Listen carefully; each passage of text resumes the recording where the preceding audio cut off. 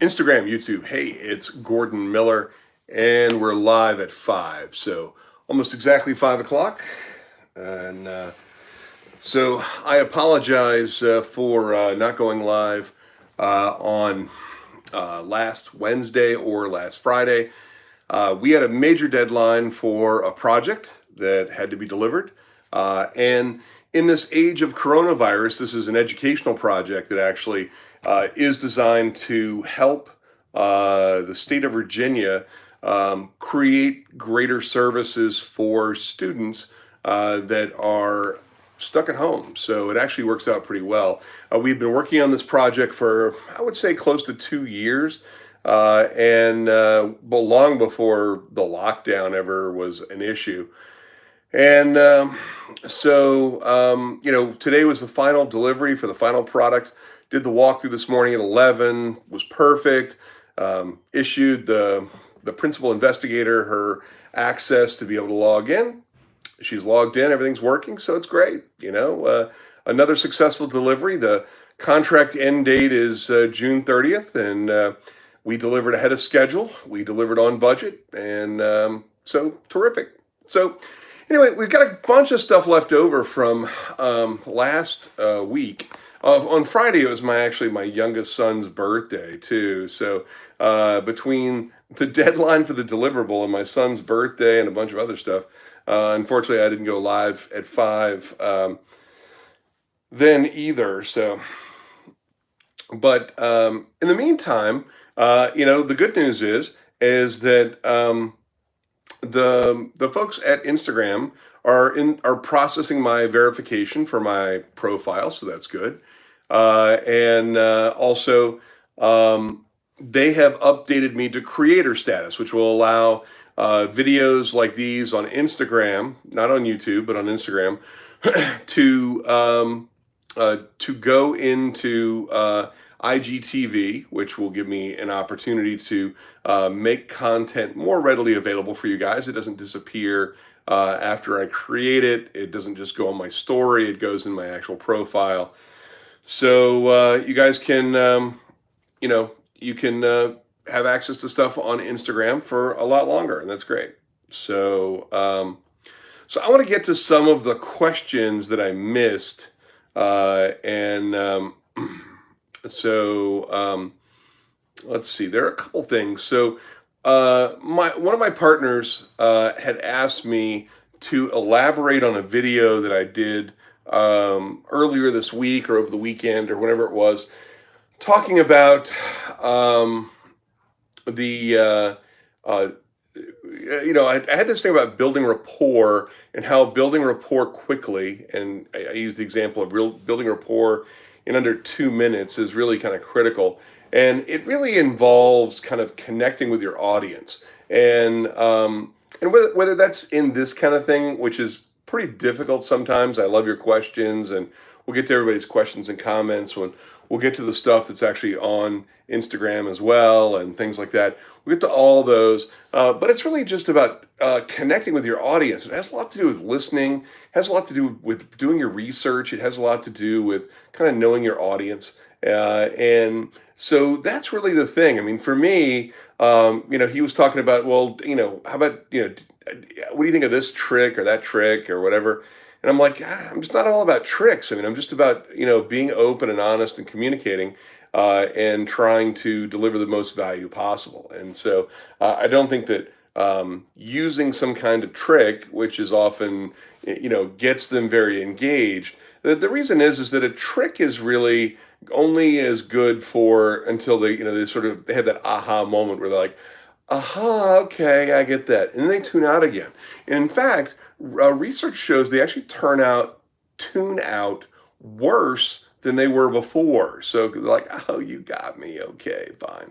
So and that's really the kind of the problem. The problem is that you can't trick people into paying attention. You have to give them something that is going to make them pay attention.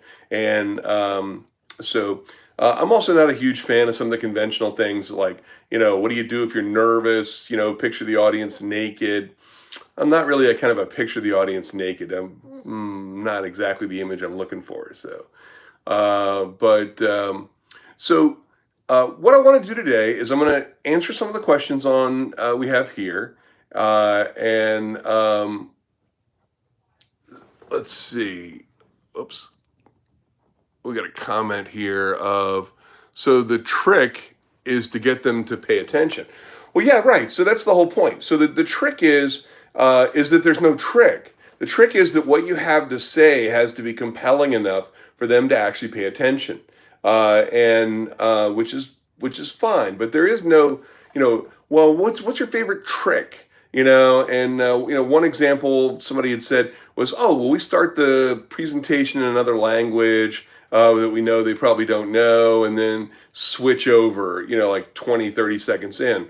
Well, okay, well, that's kind of, makes the point, especially if your solution addresses those kinds of language barriers and things like that, because the investors are going like, I didn't realize this was going to be in another language. What the hell, and, 20, 30 seconds in is kind of a, decent idea.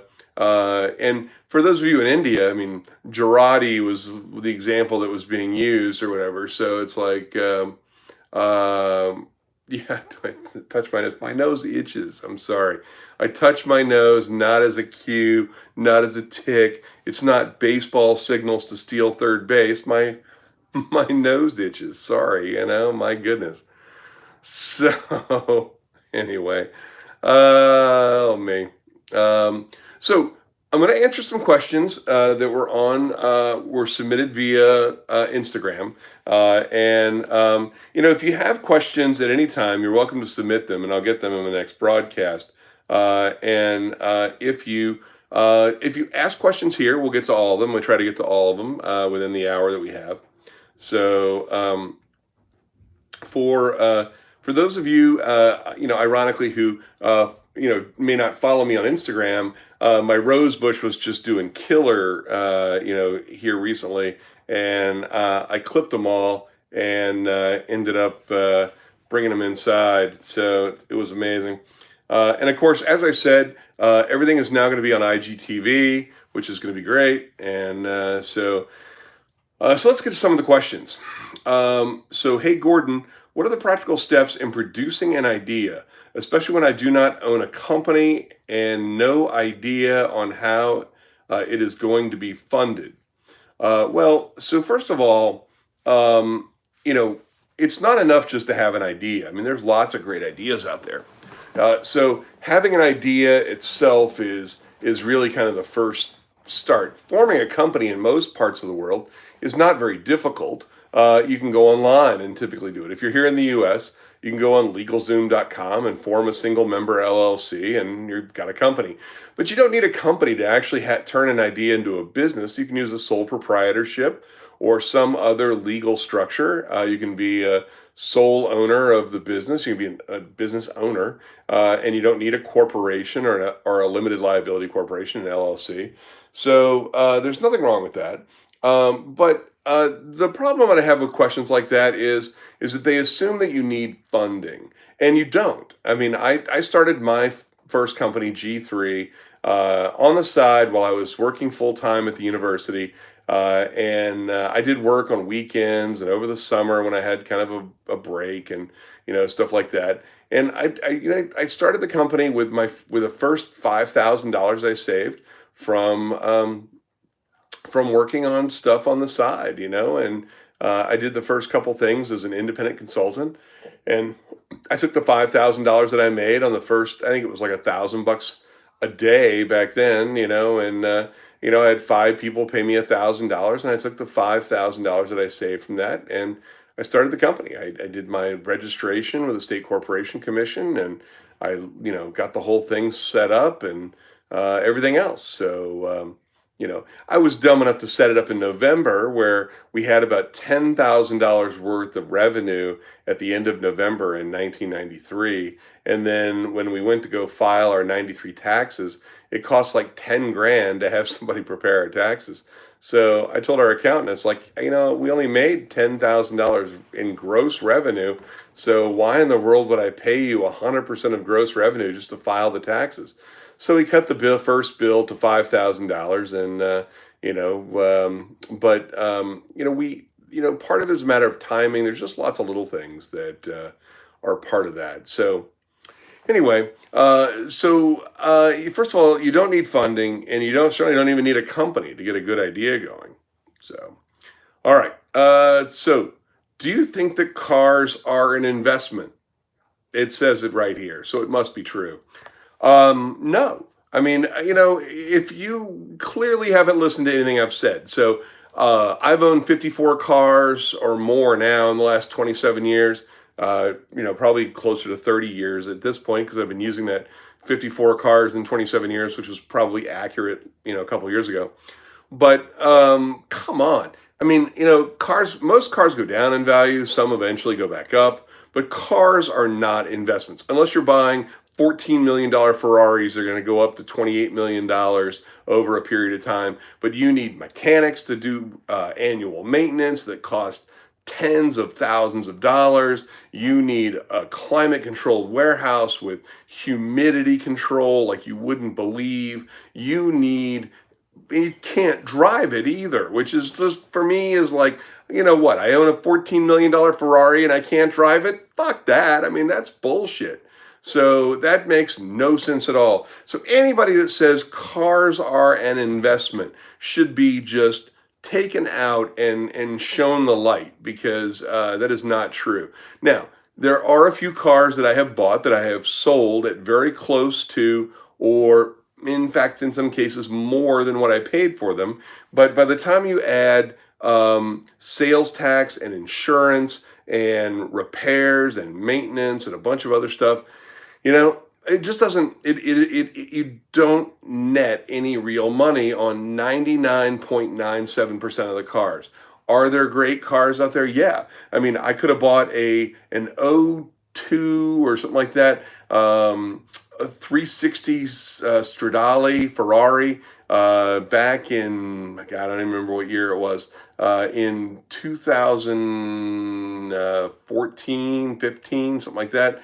And yeah, 13 or 14, 13 probably. So, a buddy of mine had a Porsche, which I bought from him. Bought it for 40 grand, sold it for 45 grand almost a year later. Drove it for a year for free, made 5 grand. I'm done. But he also had a Ferrari 360 Stradale, and he was going to sell it to me for 120 grand. And that car right now is worth $285,000. Just ridiculous. So yes, some cars appreciate, most of them don't. So obviously cars are really kind of not the thing. But all right, so last question that somebody had resubmitted was the Tesla stock. Do I see a problem with Tesla stock and Elon Musk's situation? And someone had said that the Instagram page was restricted from posting. And my comment was, yes, that's because every time he posts, the stock either goes wildly up or wildly down. And it's a violation of insider trading rules to release information to the public that's not generally made public. And so in Elon Musk's case, he's causing the stock price to fluctuate. But when he drives it down, it's ironic. When he drives it down, he always buys it back from himself. He buys the shares back himself to increase his position. And then the stock value goes back up, and then he tweets something that makes it go back up. And then now he bought back stock at a discount. So I think it's wrong. I mean, it's wrong on so many levels. He's being an opportunist. He is really just, it is, ridiculous. So anyway, but that's Elon Musk. He's willing to make a buck, whatever way it takes. But all right, let me go back through the Instagram ones first, since Instagram only gives me an hour. What do you think about franchise businesses? Give your thoughts, please. Okay, well, actually, franchise businesses are not too bad. If you're on Instagram, you will see where I posted here recently a list of various franchise businesses and what they cost to get into. Some, you can get in like a Dunkin' Donuts or whatever it was, and you can get into like, the convenience store gas station thing for like, less than 50 grand. Some other franchises are more like 150 to 250,000 or more. But yeah, I mean, I think that if you don't know how to make money, franchises have created a roadmap for you to follow with their product, but you have to pick the right location. And you have to have the money or access to the money to be able to make it happen. So, congratulations. Things are always working out for you because you work smart and pour love into your projects. Well, thanks a lot. I appreciate that. Things don't always work out, at least not in the time frame that I hope. I mean, things typically eventually work out, which is because I keep working at them. I mean, I don't ever give up. And so we've had some projects which were supposed to be done a year or two ago, and because of various delays, it's been a problem. So we're working on trying to close that gap and get everything to market and working on those solutions. So that's kind of the way we do that. But thanks, I appreciate that. Um, what do you think about franchise businesses? Already did that. What's your opinion about classical agricultural business like a lamb farm might be profitable nowadays? A lamb farm. I don't know. So first of all, lamb is pretty tasty, so that's good. Wool and stuff like that is used for clothing, and I know my father invested in a business that was in New Zealand back in the 1980s. And I think there's like more sheep in New Zealand than there are people. At least back then, I think that was the thing. Hmm. This broadcast brought to you by Grey Goose Vodka. But anyway, um, so the sheep situation, I think lamb itself is both for the raw materials for the wool as well as everything else. There was a huge play back in the day because the people that were manufacturing sweaters needed I forget what kind of wool it was that the particular kind of lamb in New Zealand created, but something special about it. But whatever. But no, I mean it was. I think there are some advantages. I think farming in general, especially when you're dealing with livestock, is a real pain in the ass. But it's a horrible way to make money. Just ask anybody with a farm right now. So, do you think it's a good time to invest in Tesla stock? No, I mean I don't think so. I mean Tesla stock has been going up fairly consistently, but I just don't think that. I'm not a huge fan. I mean, I know it's produced decent returns, but Elon is leveraged to the hilt with SpaceX and with all the other stuff he's doing. And if they have one bad quarter, or one bad 6 month period, even, it's like, man. I mean, it could be the end of the company, even a really horrible month. So I'm just waiting to see what's going to happen to all that. The good thing is Tesla bought Solar City, which is about infrastructure, and they're all going around now saying, they're, I'll lift my blind here so I can look out my window here with all the new light coming in, and we're all facing north here, but the other side of my house is facing direct south, and it's actually perfect for solar panels. So, I have people coming all the time going, "Hey, can we hook your house up to solar?" And I'm like, all I'm thinking to myself is that, if you do that, can I please have one of those battery chargers on a Tesla? Throw that all in there as well. So, I don't know. I mean, I think that, I may pay more attention to it in the next 2 or 3 years as it gets to be an opportunity. But I just don't. I don't really see Tesla being a long-term winner in this space. BMW, Porsche, Mercedes, everybody else is catching up pretty quick, and innovations, innovations like the like the Cybertruck, not really an innovation. I mean, I just don't see the Cybertruck as anything anybody is really going to buy. But We have one comment says, "I agree. My dad's been running a dairy farm, and and really a pain in the ass." Yeah, no, I appreciate that. I mean, thanks for the comment. I feel for the farmers. I mean, we have a pretty horrible use of our infrastructure right now. We're not taking good advantage of all the stuff that we could. Farmers are having to plow under fields because no restaurants and no schools are taking food and stuff like that. So, it's crazy. So, all right. So I'm going to take some questions from YouTube now. We are about 20 minutes in, so we're in good shape. And so let's see what we got on Instagram, on YouTube. uh, let's see. Any advice on building relationships in business? I just started to work in finance as a graduate. Um, the technical side hasn't been too difficult, but feel like university has not prepared me to network efficiently. Well, yeah. So thank you very much. Is it Bilal? Is that correct? So I think you're exactly right. I mean, it's funny. So, one of the most social places to be is on a college campus. There are social activities, there are fraternity and sorority opportunities. There's all sorts of stuff.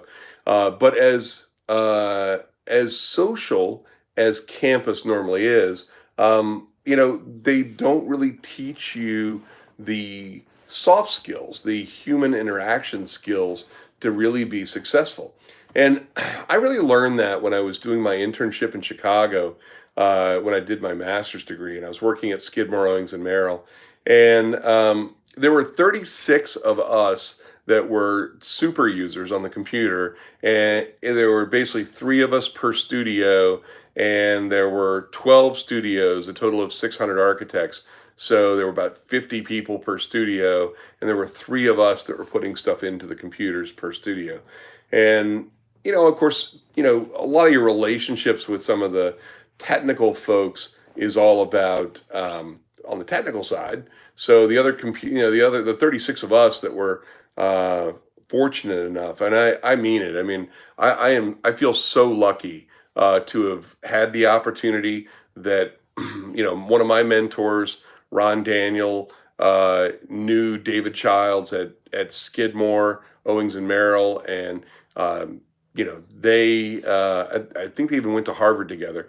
But so made a call. I got the internship. I worked a little less than a year at Skidmore, and I made some great connections with people who were very high up in the organization. I mean, it was amazing.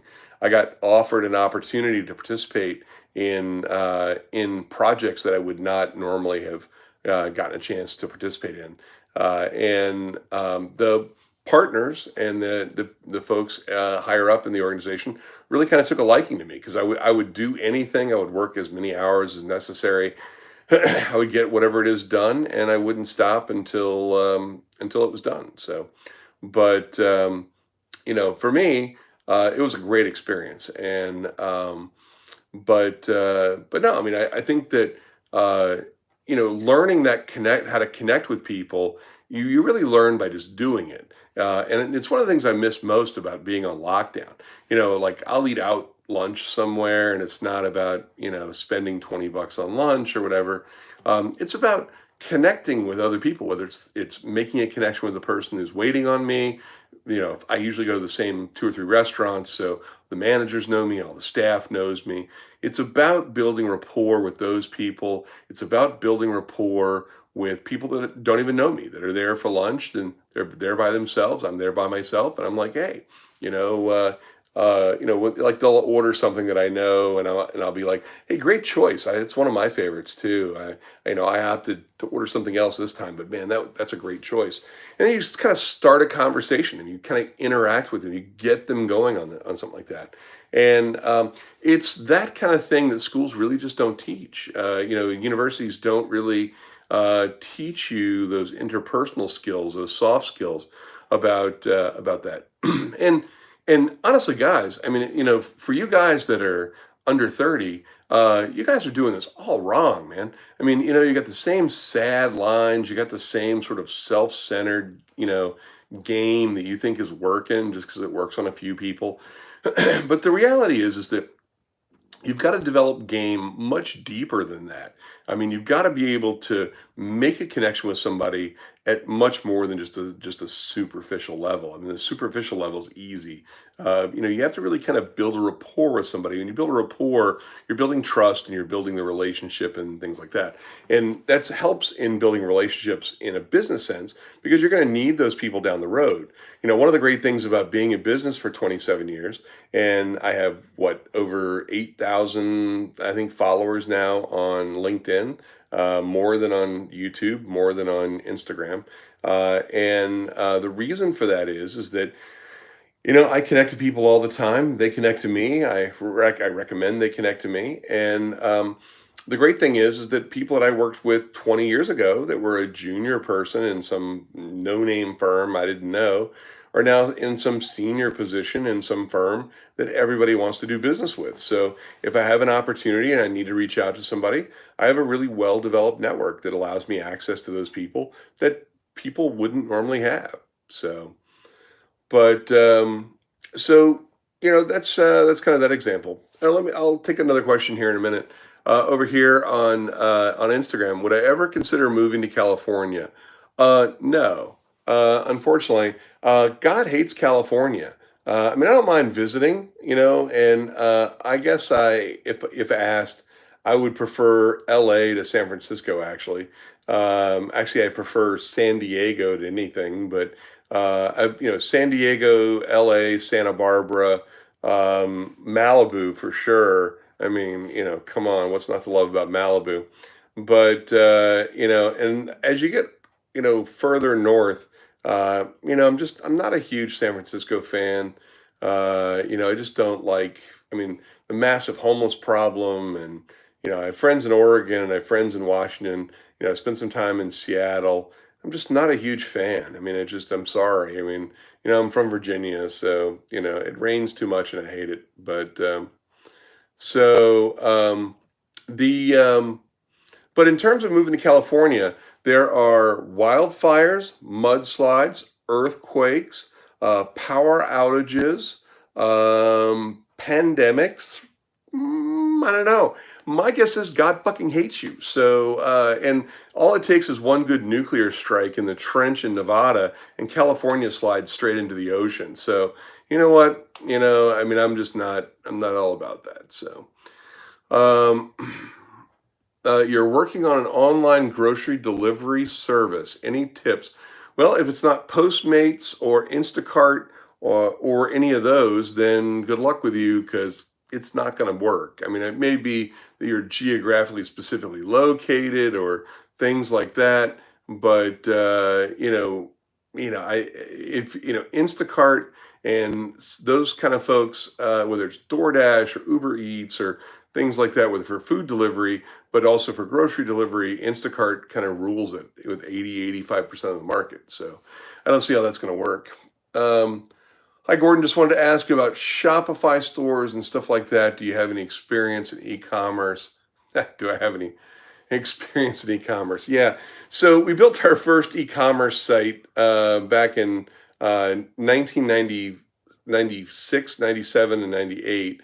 We were selling cars online and houses online before eBay started selling cars and before the multiple listing service became a thing and started selling houses at realtor.com. So if you look back, I mean, G3's been around since 1993. We started selling shit online in 1995 for customers, and we started shopping cart purchases where you could actually buy a fucking car online in like 1996. So, which is, I believe, the same year that eBay, or maybe the year after eBay started, but they didn't have cars back then. They weren't exclusive about cars. We focused on selling cars, and we helped dealerships sell. We generated $500,000 in profit for the dealers that sold cars through our platform which was more profit than they made in a number of their actual dealerships. So they were very happy with selling cars online. Most of these cars were like $10,000 cars that people were going to pay cash for. They didn't always check out online, but they made the sale, reserved it, and came in and paid in person. But anyway, so yeah, no, I mean we have significant e-commerce experience. I don't know what the total is for the total amount of money we've generated or made for our clients on the e-commerce sites we've created, but we've created some of the larger e-commerce sites back before there was a shopping cart that you could buy, before Shopify, before any of that. So yeah. Hey Gordon, hope all is well. What are your thoughts on the future real estate market? Do you have any insight to real estate on real estate in G3? Yeah, so not specifically in my company, but mm,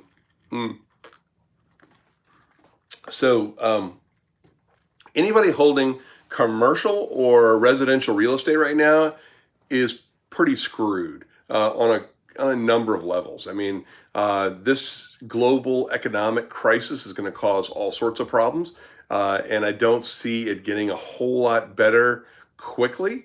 Um, and and even though that I love to motherfuck guys like Grant Cardone. Grant Cardone is a syndicator. He's an aggregator. So Grant Cardone gets paid 6% on the way in on a deal. He gets paid 6% a year to manage the property, and he gets paid 6% when they sell it. So Grant Cardone has like less than 10% of any money in any deal. He's lucky if he has 6% in it, which he gets back the minute the thing gets purchased. So my deal is, and I'm not down on that strategy. Everybody needs to understand how Grant Cardone makes his money. So Grant has 5% in a property. Grant's property deal pays him 6% when the property gets purchased with other people's money, because 94% of the money put down belongs to somebody else. So Grant Cardone gets 1% in benefit, plus he gets his 6% management fee up front. So now Grant is up 7% for the first year immediately when the whole thing sells, or when they buy it. And then if they don't do well, and they need to sell and liquidate, then Grant still gets to keep his 6% a year management fee, but he also gets paid another 6%. So that's a sweet deal if you can put yourself in that situation. But that is not real estate investing. He's not investing in real estate. He's taking fees off the top of everything. He's taking his fee for putting the deal together. He's taking his fee for the management fee for the ongoing expenses, and he's getting a fee when they sell. That's not real estate investing. He doesn't have a majority of his money in real estate where the appreciation of the real estate is what ends up paying him out. So he doesn't care. Grant Cardone doesn't care if property values go up or down. He doesn't care if it's like, oh my God, nobody's paying their rent. We have 50 properties. Let's sell 30 of them right now to cover all the rest. Okay. Grant's like, woohoo, let's go. Because Grant gets paid 6% on all that stuff they sold. And he gets to keep the management fees that he's already been paid for all the unused time that happens for all that. There's no rebate for that. So, it's less than genuine about, being a real estate investor. If you're a real estate investor, you buy the real estate, you hold it, and then you liquidate it at some point, you sell it, and you make a profit based on the increase of the equity value, and with majority of the money being yours. That's not what Grant Cardone does. So understand that's just the way it goes. But you have to sort of be intellectually honest about that. Right now, real estate has a super high holding cost. I mean, high taxes, high insurance, high mortgage cost. Not the rates are low, but the costs are there, and nobody's paying their rent. So there you go. What are you going to do?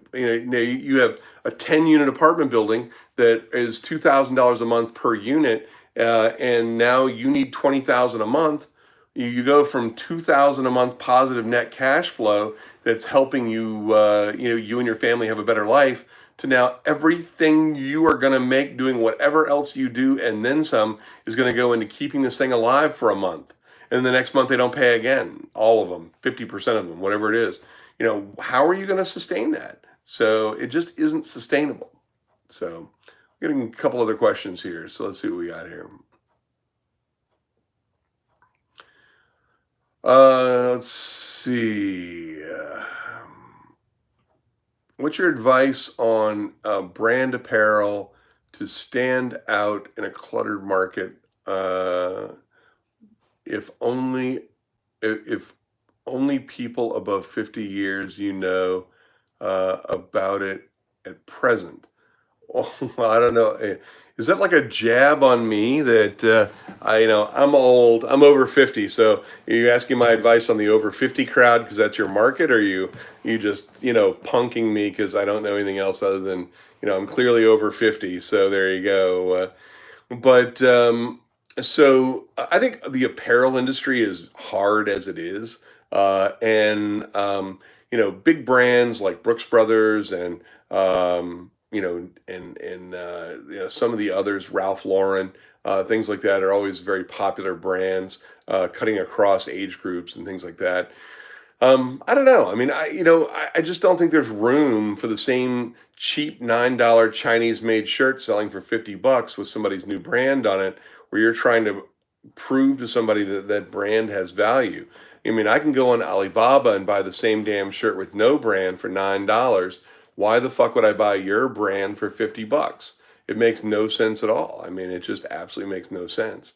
So I think starting a clothing brand doesn't really have a whole lot of value.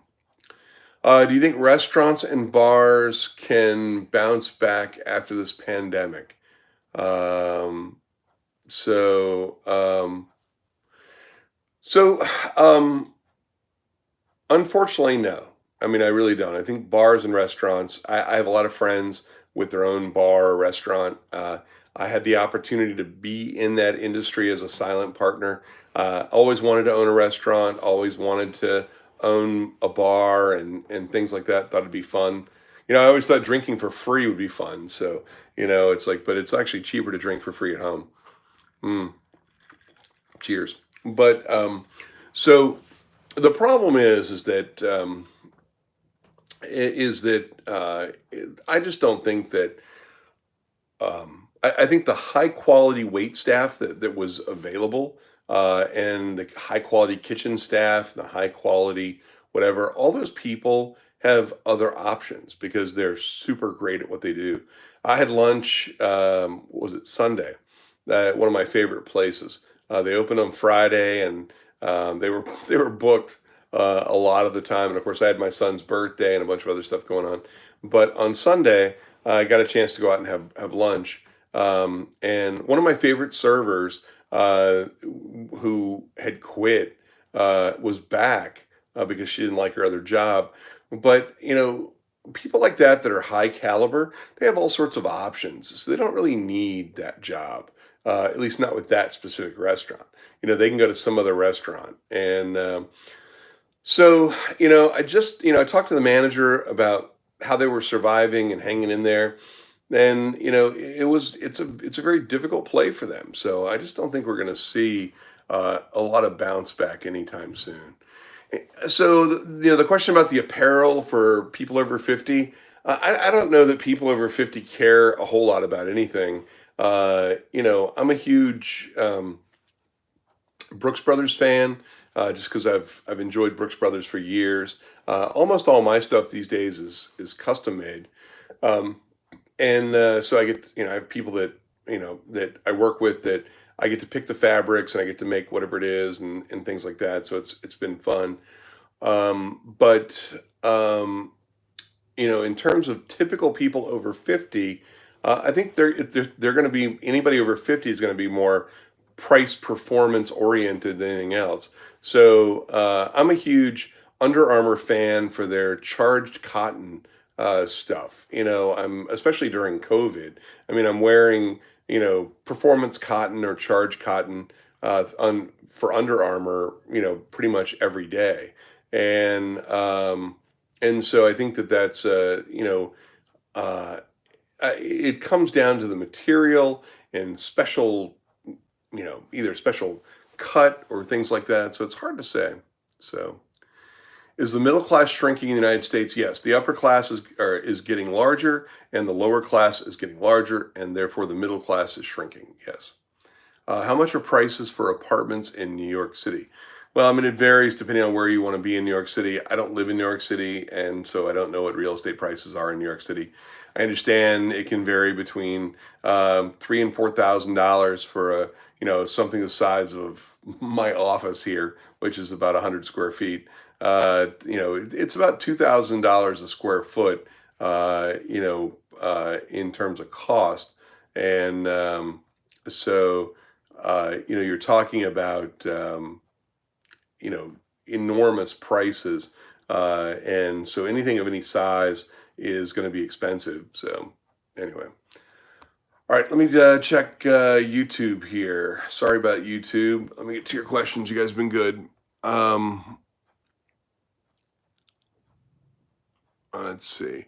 You can make money on flipping exotics only if you know exactly what you're doing. Well, AJ, that pretty much qualifies for everything. Everything's easy if you know what you're doing. So, hello, Mr. Miller. Would like to compliment you in regards to your content on Quora. May I ask you for advice in regards to entrepreneurship and starting over at 42? Um, so let's see. Uh, the fires are enough to choose San Francisco over Los Angeles. Yep, I agree. Nice shit, Gordon. Thanks, appreciate that. What do you think of a career in pharmacy? What do you think of reports that Trump has been taking hydrochloroquine? You know, yeah. So let me go back to I think a degree in pharmacy is good. I think there'll always be, a need to support the pharmaceutical industry, and so that's always good. We'll get back to the entrepreneur thing here in a second. In terms of Trump taking hydrochloroquine, I hope so because it's not very effective and it can sometimes cause death. So, I think it would be unwise for him to take it because I think it's a huge risk. Can you work for me for free? No, sorry, Armand. I worked very hard over the last several years to get to 0 employees. We have contract work that we do with individuals and organizations and things like that. But I have 0 employees, whether they are free or whether they are paid, and we work everything through contract, and I'm good with that. Mm. So, in terms of the question about being 42 and starting over, I want to kind of address that. So, I started my first company when I was 28, about a week before my 29th birthday, and I didn't really know what I was doing. I mean,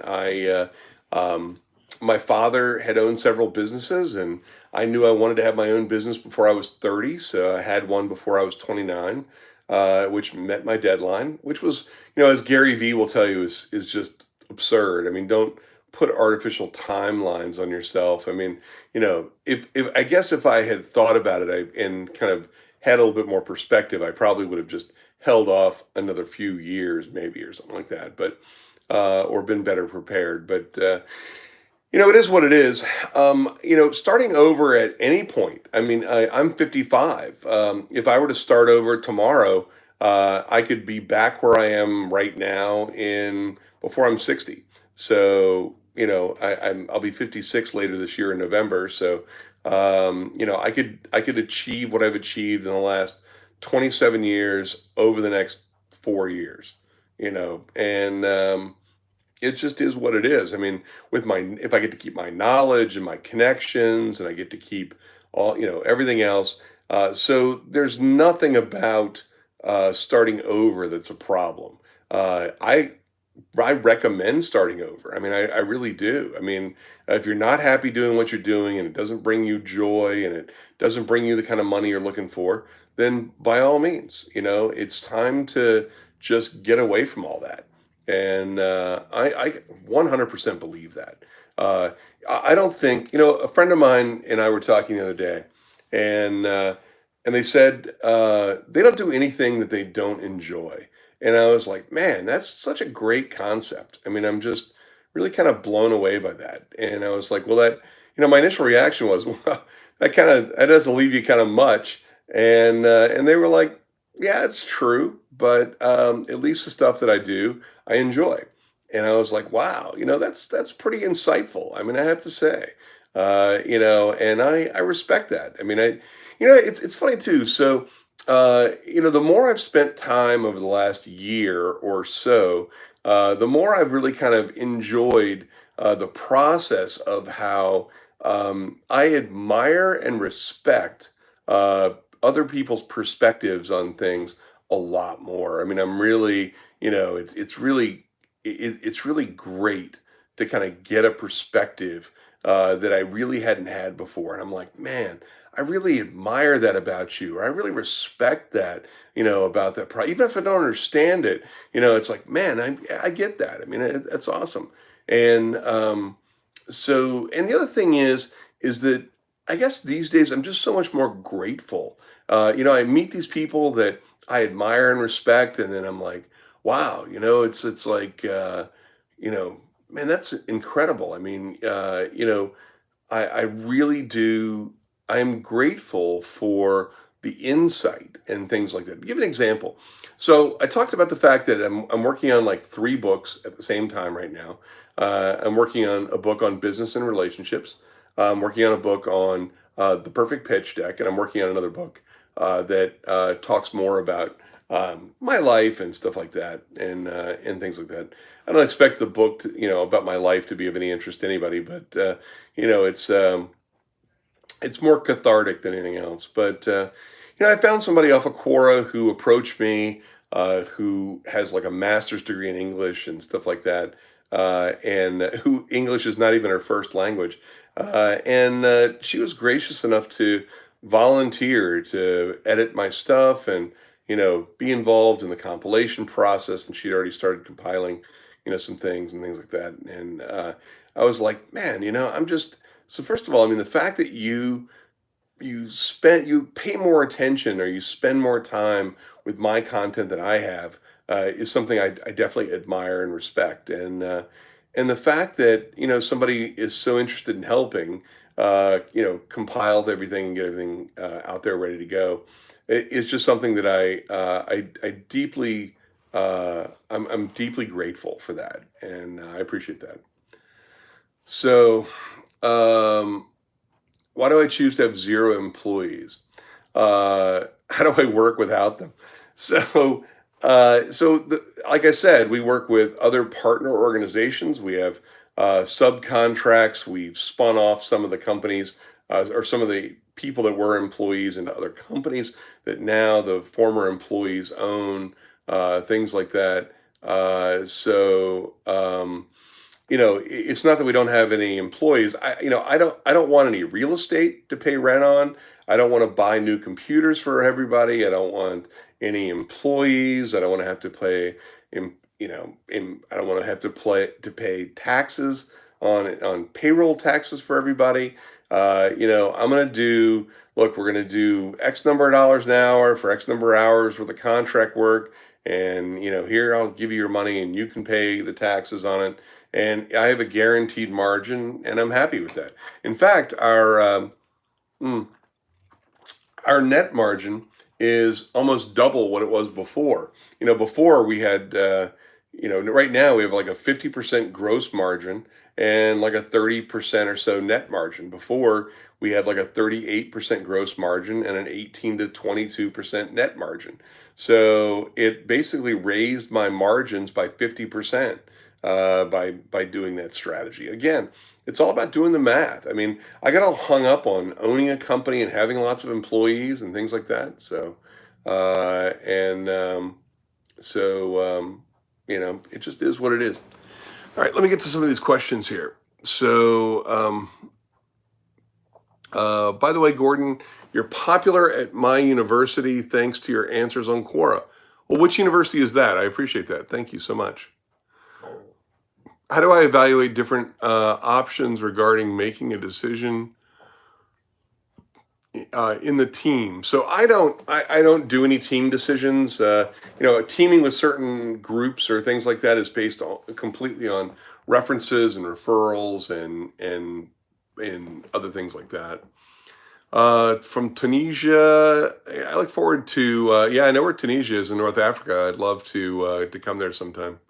Martin Skakel. I forget who Martin Skakel is. Um, let's see. All right, let's go back over here.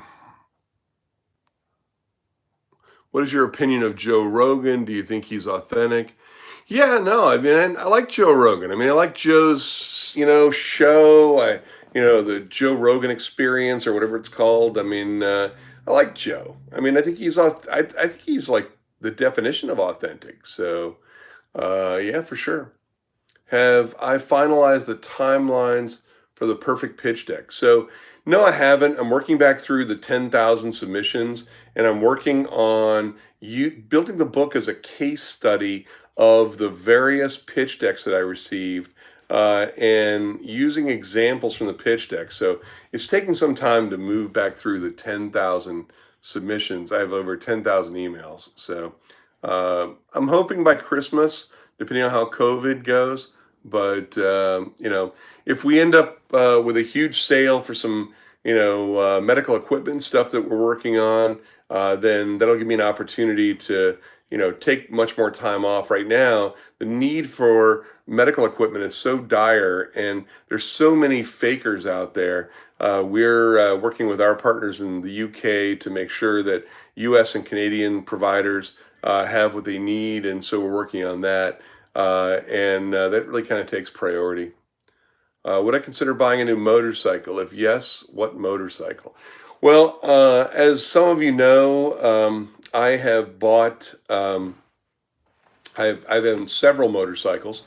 I started out with a Kawasaki Ninja, when I was in college. Actually, I started out with a Honda like C50 or R50 or whatever mini bike that a buddy of mine still has. He's like 3 to 5 years younger than I am, and my mom gave it to him, which I thought was awful. Back when I upgraded to a Harley Davidson motorcycle that was a trail bike that was at that time made by AMF, and which was a horrible bike, by the way.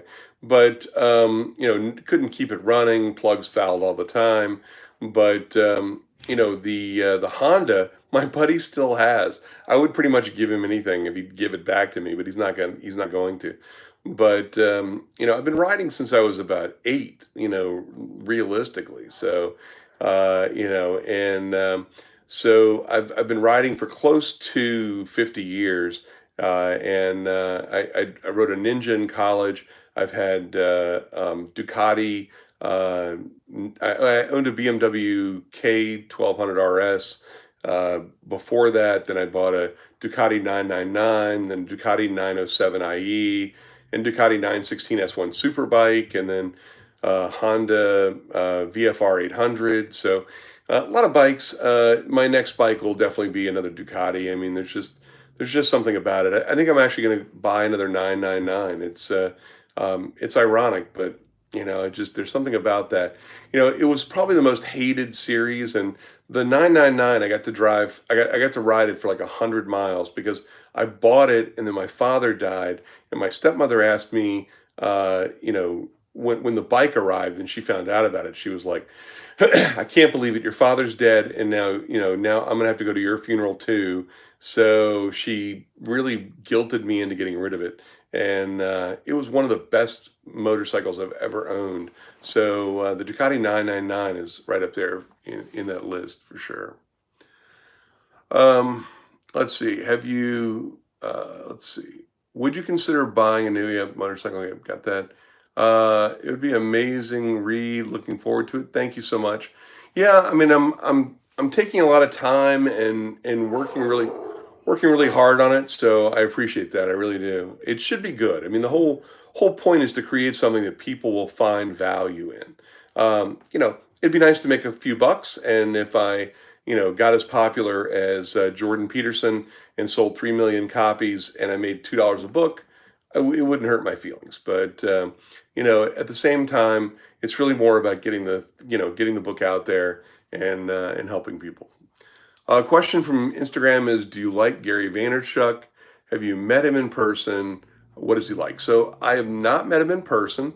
I would love to. And so I I like Gary. I liked his focus like 3 or 4 years ago. Over the last couple of years, you know, Gary's kind of, the old saying is, in quotation marks, gone off the reservation.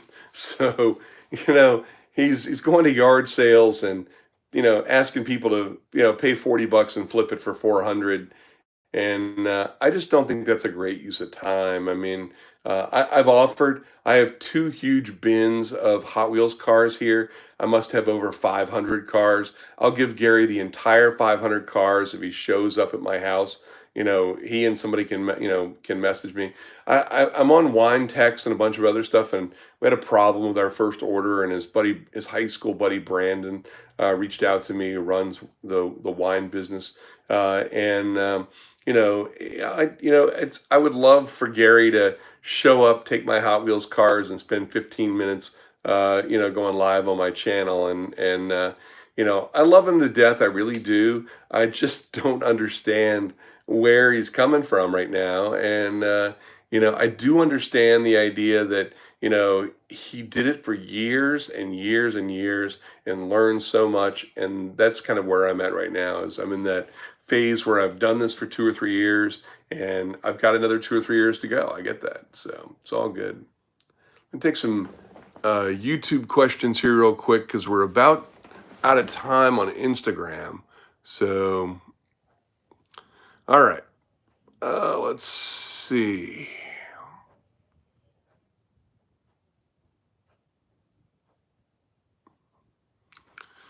Let's see.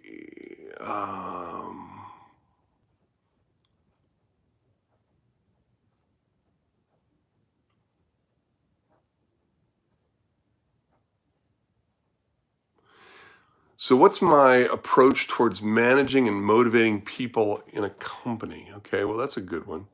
Um, I look at the consequences of past decisions is good to get everyone's input, but of course, of course, not everyone has equal expertise or credibility. Well, of course, yeah. How would you rate Spain as a potential market and investment companies, others in Europe? I like Spain. I'm a huge fan of Barcelona, a huge fan of Majorca, a huge fan of Madrid. So, yeah. What are the most useful questions to ask a candidate while hiring? Those are good questions. Do you consider having some investment in Africa? No, probably not ever. What makes Ducati motorcycles so special or so sought after? The engine design and the way the clutch works. It's a dry clutch, and it has a unique sound to it, both the exhaust and as well as the actual way the thing builds torque. It's a huge two-cylinder engine, so massive cylinders just are, something crazy. Let's see here. What was the question that I was going back to? Oh, managing and motivating people. So, so I have a minute left on Instagram. So if you guys on Instagram want to move over to YouTube, I'm going to finish the questions on YouTube, and I'll the last 2 or 3 questions I'll take that. Then I got to go cook some salmon for dinner. But look, if you guys want to discuss your ideas, you want to schedule a call, you can go to gordonmiller.com and schedule a time. I've now made 30-minute meetings available for people, just to make it more cost effective for everybody during all this crisis. I'm looking forward to taking your questions. You can DM me your questions on Instagram, and I will. Instagram is gordon.miller, so Instagram/gordon.miller. And I'm happy to use them in the next broadcast. And everything is now going to be on IGTV and on YouTube Live. Thank you guys very much on Instagram. I'm sorry that they're cutting us off.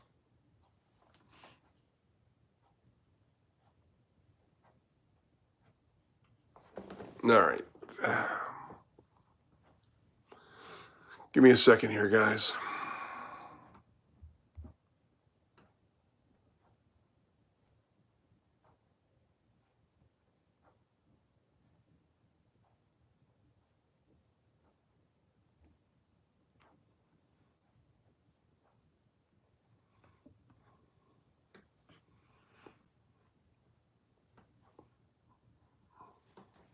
All right. Got Instagram taken care of. So let's go back to our questions here. So motivating people. So there are a couple ways that we used to motivate people on our team that I thought was really unique. One of the best ways to motivate people.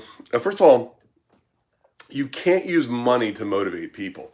You can't go, "Oh, I'll pay you $10,000 more," and hope that they get motivated and the extra $800 a month makes any difference to them.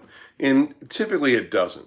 So I wouldn't necessarily worry too much about whether or not money is the motivating factor. If money is the motivating factor, anybody who offers them 10% more than their current salary is going to end up having that person walk out and work for them. So I don't care about money motivating people. Now I've paid tuitions. We've done internships early on that lead to assistantships, which lead to other opportunities. We've previewed talent and projects where we've done independent studies and a bunch of other stuff like that, and to see who would be the right person for an opportunity.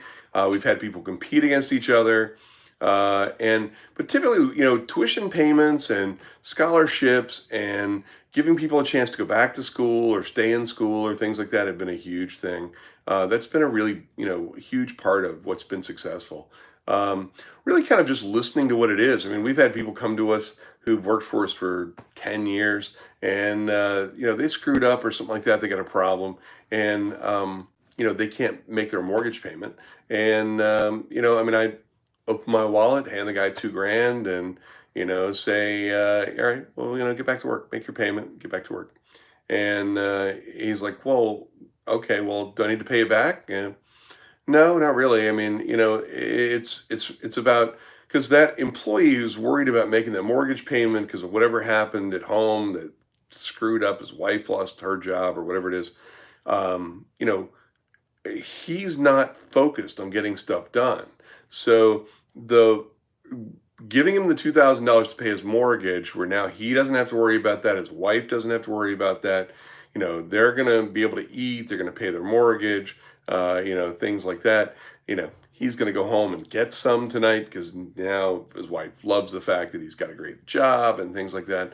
We invest in books and courses and pretty much anything that contributes to the betterment of somebody. So yeah, I mean, anything that adds to their skill base and certifications, other types of registrations, all sorts of stuff. So books and other courses and other things like that.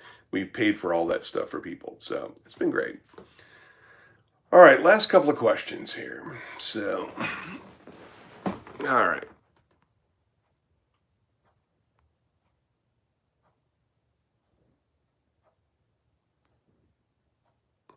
What's the most useful question to ask a candidate when hiring? I don't know. I mean, for me, I go off of the vibe that I get from them. I'm not too worried about their resume. I'm really kind of more worried about their personality. My favorite question to ask is, tell me about your experience, that's here on your resume over the last couple of jobs. And really, it's more about their ability to communicate. So. Have I ever offered my cars on Toro to rent? No, because anything that I had that was rentable. I mean, I didn't want anybody to screw my stuff up either. So, um, how do you gain loyalty from dealers in a business? It depends on what kind of dealers they are, what kind of business it is, what the industry is. Would you rather have a business that grows in value due to inflation, or have a capital in the bank and have some value return over a period? Well, you know, businesses don't grow by inflation. I mean, nothing grows by inflation. I mean, that's bullshit. I mean, of course, I mean, you would want capital in the bank as a result of actual profitable activity. I mean, there's absolutely nothing that makes sense about benefiting from inflation. There is no such thing. I mean, $100,000 in the bank, you know, uh, inflation means that, you needed $103,000 next year to have the same buying power. So there's nothing about that statement that makes any sense at all. If you had deflation, then it might increase the value, but inflation is not going to create any real value at all because you're making money typically at a fixed rate. So this year you make 100,000, next year you're typically going to make another 100,000, and but you need to make 103,000 in order to just break even from where you were the year before. So, that whole thing is complete nonsense. So, do you mean appreciation instead of inflation? I don't know. How do you gain loyalty from your dealers? We talked about that. Can I learn a profession online? Yeah, I mean, there's lots of ways to take courses and learn and earn. So there's lots of stuff out there. So, but anyway, well, we are past the hour mark, guys. I really appreciate it. Thank you so much. Again, if anybody wants to schedule a call, review your idea, talk about your business, talk about pretty much anything you want, you can book a call at gordonmiller.com. You can also follow me on Instagram, YouTube, as well as on LinkedIn if you want to link to my professional network. And everything should be in the bio. I appreciate everybody. If you go to gordonmiller.com, all the links to all my social media are there as well. And I want to say thank you all very much. I really enjoy these. I hope you've enjoyed yourself as well. And appreciate everybody hanging in there. I enjoy each of these sessions. Monday, Wednesday, Friday, live at 5 o'clock Eastern time. Currently, thanks to daylight savings time, -4 GMT. So thank you all very much. Appreciate it. Peace.